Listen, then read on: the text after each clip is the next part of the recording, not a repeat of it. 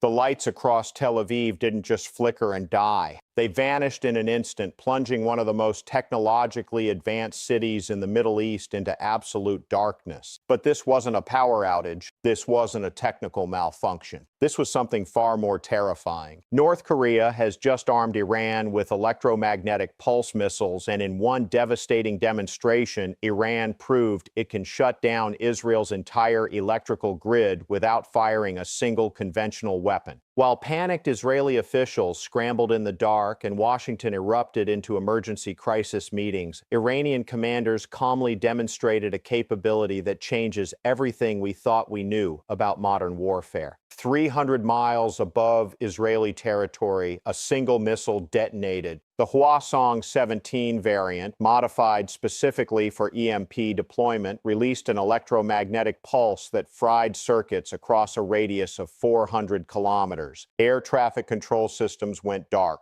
Hospital backup generators failed to engage. Military communication networks dissolved into static. Financial systems crashed mid-transaction. Traffic lights died at rush hour. And Israel's vaunted Iron Dome sat completely blind, its sophisticated radar arrays reduced to useless metal frameworks staring at empty skies. The impact wasn't measured in destroyed buildings or military casualties. It was measured in every digital system, every computerized network, every electronic device across central Israel simply ceasing to function in the same terrifying instant. Iran didn't just receive these weapons as a gift. Intelligence reports confirm that North Korean scientists spent 14 months at undisclosed facilities in northern Iran, transferring not just the missiles themselves, but the complete technological knowledge to manufacture, deploy, and optimize EMP warheads. We're talking about Hwasong-17 intercontinental ballistic missile technology adapted specifically for high-altitude electromagnetic pulse deployment. These aren't crude experimental weapons. These are battlefield-ready systems that Iran can now produce domestically, stockpile indefinitely, and deploy at will against any adversary within 3,000 kilometers. What the mainstream media won't tell you is that this represents the culmination of a strategic partnership decades in the making. While Western intelligence agencies dismiss North Korea as an isolated pariah state and Iran as a regional troublemaker, these two nations quietly built one of the most consequential military technology exchanges of the 21st century. They didn't just trade missile components. They shared fundamental research, pooled scientific expertise, and jointly developed capabilities specifically designed to neutralize America's technological advantages. The result sits in hardened bunkers across Iran right now, EMP weapons that can paralyze modern military forces without destroying a single physical structure. Before we dive deeper into how this changes everything, I need you to understand something crucial. What you're about to hear contradicts nearly everything reported in Western media about Iranian capabilities and North Korean isolation. The establishment desperately wants to hide this truth because it exposes the catastrophic failure of decades of sanctions, military posturing, and diplomatic pressure. If you're watching this, you're already someone who questions official narratives and seeks truth beyond propaganda. So, hit that like button right now, subscribe to this channel, and turn on notifications because the revelations coming in this video will be systematically buried, censored, and dismissed by mainstream sources. You're part of an informed community that sees through the lies. Let's expose this together. The story of North Korea's EMP missile transfer to Iran begins not in Pyongyang or Tehran, but in the strategic calculation both nations made 15 years ago. They recognized a fundamental vulnerability in American military dominance. The United States military operates as the most technologically advanced fighting force in history, but that advancement creates catastrophic dependency. Every weapon system relies on computer guidance. Every communication network depends on satellite links. Every targeting solution requires digital processing. Every command decision flows through electronic infrastructure. American military power isn't just enhanced by technology. It's completely dependent on technology continuing to function. And electromagnetic pulse weapons represent the perfect counter to that dependency. North Korea achieved its first successful high high-altitude nuclear detonation capable of generating strategic EMP effects in 2017. Western analysts dismissed this as crude experimentation, another provocative test from an attention-seeking regime. What they missed was the methodical progression. North Korea wasn't just building nuclear weapons. They were developing specialized warhead designs optimized specifically for electromagnetic pulse generation rather than explosive yield. They miniaturized these warheads to fit inside missile nose cones capable of reaching altitudes above 300 kilometers. They calculated exact detonation parameters to maximize grid disruption across maximum geographic areas. And they documented every detail of this process in technical specifications they would soon share with Iran. Iran's interest in EMP capabilities predates the North Korean partnership by decades. Iranian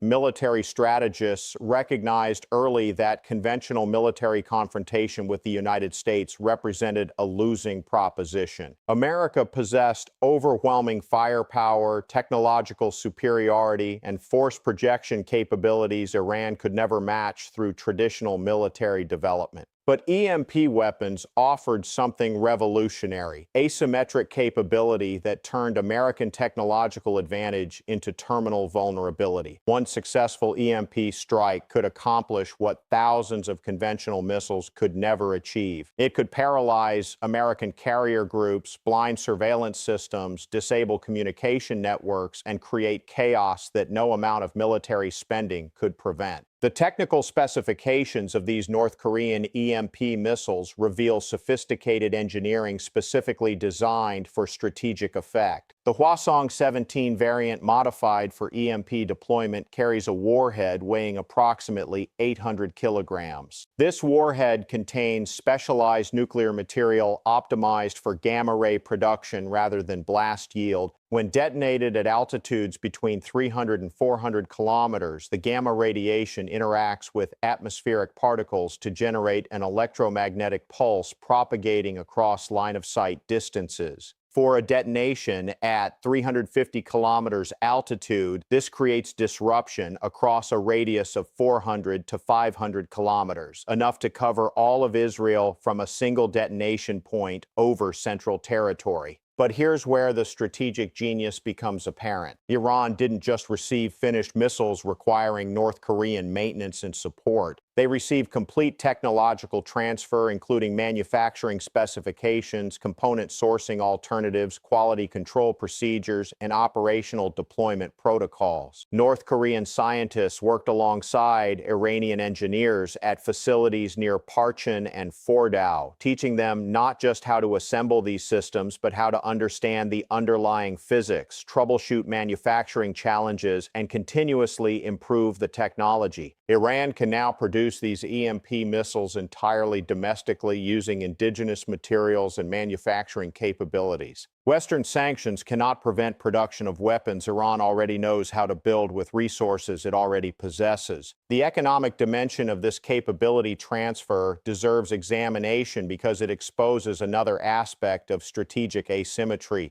Developing EMP weapons from scratch requires decades of research, hundreds of nuclear tests, massive scientific infrastructure, and billions in development costs. North Korea absorbed these costs over 30 years of weapons development. Iran received the finished product, complete with all accumulated knowledge and proven designs, for an estimated cost between $2 and $3 billion in direct payments, plus technology sharing agreements covering ballistic missile components and satellite launch cooperation. $3 billion bought Iran a capability that would have cost $30 billion and 3 decades to develop independently. Meanwhile, defending against this capability would require the United States and Israel to harden every vulnerable system across their entire military and civilian infrastructure, a cost measured in hundreds of billions with no guarantee of complete protection. The demonstration strike that plunged Tel Aviv into darkness wasn't conducted using nuclear detonation. Iran proved it could achieve devastating EMP effects using non-nuclear alternatives developed through the North Korean partnership. High-altitude electromagnetic pulse bombs using conventional explosives with specialized flux compression generators create powerful electromagnetic pulses sufficient to disable unhardened electronics across significant areas. These conventional EMP weapons avoid the political and military escalation risks of nuclear detonation while still demonstrating the capability to paralyze modern infrastructure. The Tel Aviv blackout came from a conventional EMP device detonated at 80 kilometers altitude, well below the threshold for strategic nuclear response, but more than adequate to prove Iran's ability to shut down Israeli systems at will. Israeli officials tried desperately to control the narrative after the blackout. Initial reports claimed routine grid failure, technical malfunction, or cyber attack from unknown sources. But satellite imagery doesn't lie. Commercial satellites recorded the missile launch from Iranian territory.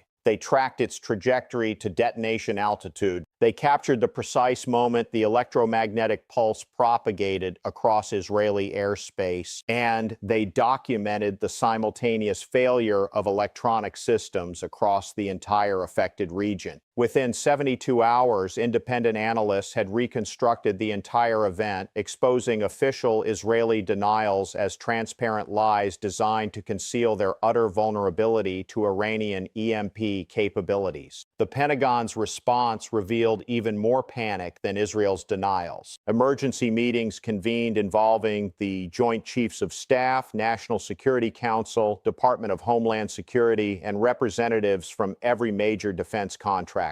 The discussion centered on a terrifying question. If Iran can shut down Israel's grid with a conventional EMP strike, what prevents them from doing the same to American carrier groups in the Persian Gulf, military bases across the Middle East, or even critical infrastructure on American soil using submarine-launched missiles reaching coastal regions? The answer that emerged from these meetings paralyzed decision makers. There is no complete defense against high-altitude EMP attack. Hardening systems provides partial protection. Distributed backup systems create resilience. But preventing a determined adversary from detonating EMP weapons above your territory requires shooting down every missile during boost phase, something current American missile defense cannot guarantee. American aircraft carriers represent the ultimate symbol of power projection, billion-dollar floating cities carrying dozens of advanced fighter aircraft, sophisticated radar systems, and integrated combat networks.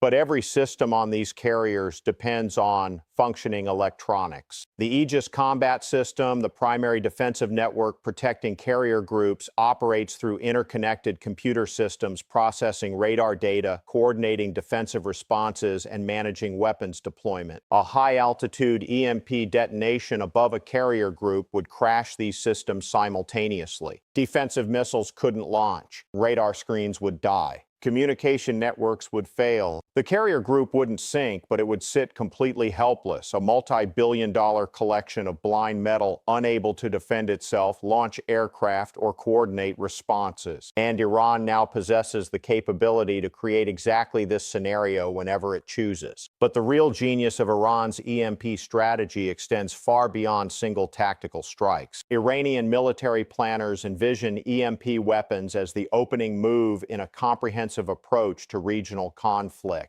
Before conventional missiles launch, before ground forces mobilize, before oil facilities come under threat, Iran triggers coordinated EMP strikes across multiple targets simultaneously. Israeli air defenses go dark. American bases lose communication networks. Saudi critical infrastructure crashes. Emirati port systems fail. In the ensuing chaos and confusion, with adversaries blind and deaf, Iranian conventional forces execute carefully prepared operations against paralyzed opponents. By the time systems come back online and situational awareness returns, Iran has achieved strategic objectives against enemies who never saw the attacks coming because their sensors simply stopped working. The North Korean angle adds another layer of strategic complexity that keeps Western officials awake at night. If North Korea transferred EMP technology to Iran, what prevents them from sharing these capabilities with other American adversaries? Syrian forces could employ EMP weapons against Israeli targets from their territory.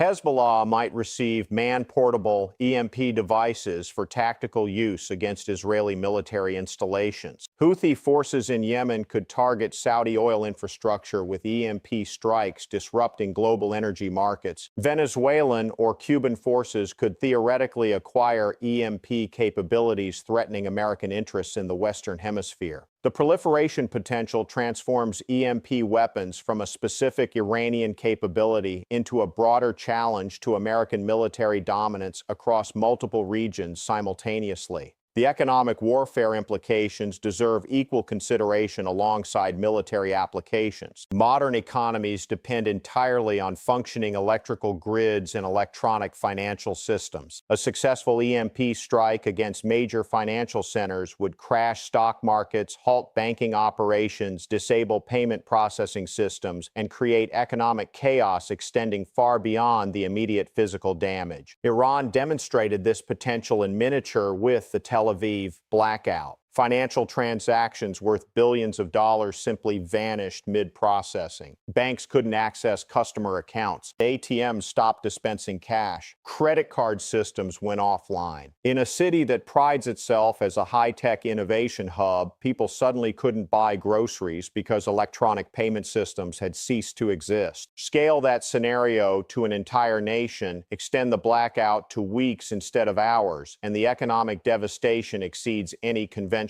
military attack. Western defense contractors scrambled to propose solutions after the Tel Aviv demonstration, sensing lucrative opportunities in the emerging EMP threat. Proposals flooded Pentagon procurement offices, offering hardened electronics, Faraday cage installations, distributed backup systems, and enhanced missile defense capabilities. But every proposal shared the same fundamental limitation: they were staggeringly expensive and offered incomplete protection. Hardening a single military base against EMP attack costs hundreds of millions of dollars. Protecting an entire carrier group requires billions. Securing national critical infrastructure against high-altitude EMP strike demands expenditures in the hundreds of billions. And even after spending these astronomical sums, determined attackers employing multiple coordinated strikes or higher-yield weapons could still overwhelm defensive measures. Iran watches this American scrambling with barely concealed satisfaction. While the Pentagon hemorrhages money on defensive measures, Iran manufactures additional EMP missiles for a fraction of the defensive costs. Every dollar America spends hardening one system is a dollar not spent on 10 other vulnerable targets. Every protective measure creates opportunity costs, reducing readiness in other areas. And Iran simply produces more missiles targeting unhardened systems, forcing endless escalation of defensive spending. This economic dynamic mirrors the cheap drone versus expensive interceptor equation, but operates at strategic scale, affecting entire national infrastructure rather than individual military installations. The technical knowledge transfer from North Korea represented more than just missile blueprints and warhead designs. Iranian scientists received comprehensive education in electromagnetic pulse physics, weapons effects modeling, optimal detonation parameters, and operational employment strategies. They learned how different altitude detonations create different electromagnetic pulse characteristics affecting different types of infrastructure. They mastered calculating exact pulse strength required to disable specific electronics without causing unnecessary collateral damage. They developed mission planning tools optimizing EMP strike packages against multiple targets simultaneously. This wasn't technology handed over like a finished product. It was deep scientific knowledge transferred to an entire generation of Iranian weapons scientists who will continue advancing these capabilities for decades. The geopolitical implications extend to America's alliance structure across the region. Gulf Arab states watch Iranian EMP capabilities with existential dread. Their entire economies depend on functioning oil infrastructure, desalination plants, financial centers, and port facilities, all vulnerable to EMP attack. American security guarantees suddenly appear hollow when Washington cannot prevent Iranian missiles from reaching detonation altitude above Allied territory. Saudi Arabia, United Arab Emirates, Kuwait, and Bahrain all face the same terrifying realization. Their technological advancement creates vulnerability, and their American patron cannot protect them from weapons designed specifically to exploit that vulnerability. This recognition drives quiet diplomatic outreach to Tehran, attempts at accommodation, and reduced support for aggressive American positions that might trigger Iranian EMP retaliation against their critical infrastructure. Israel faces even more acute dilemmas than Arab allies. The entire Israeli security doctrine rests on technological superiority, enabling small population to defend against larger adversary numbers. Advanced radar systems detect incoming threats. Sophisticated missile defenses intercept attacks. Precision-guided weapons strike enemy positions. Intelligence networks monitor adversary communications.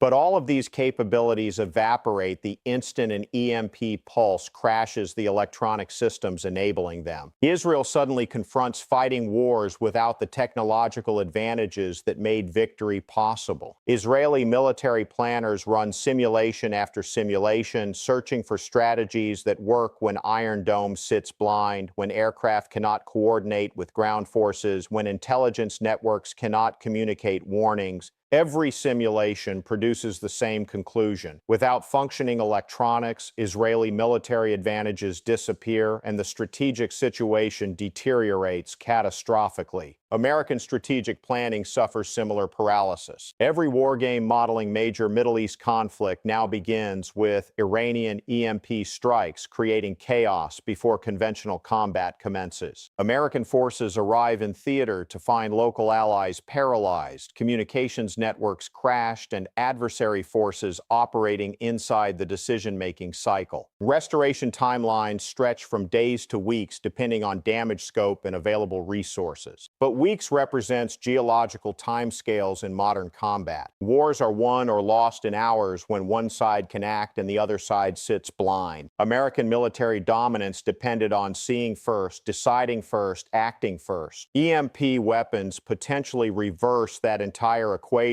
leaving American forces responding slowly to situations adversaries created deliberately while American sensors weren't functioning. The media blackout around Iranian EMP capabilities reveals desperate attempts to control public perception and prevent panic. Search results get buried. News coverage focuses on other topics. Expert analysis avoids the subject. Social media discussions receive algorithmic suppression. Government officials refuse to answer direct questions. This systematic information control serves obvious purposes, preventing public awareness of vulnerability, maintaining confidence in defensive capabilities, and avoiding political pressure to take actions that might escalate tensions. But the suppression creates its own dangers. Populations unprepared for potential EMP attack remain vulnerable to chaos, panic, and social breakdown when attacks occur. Emergency services lack contingency plans.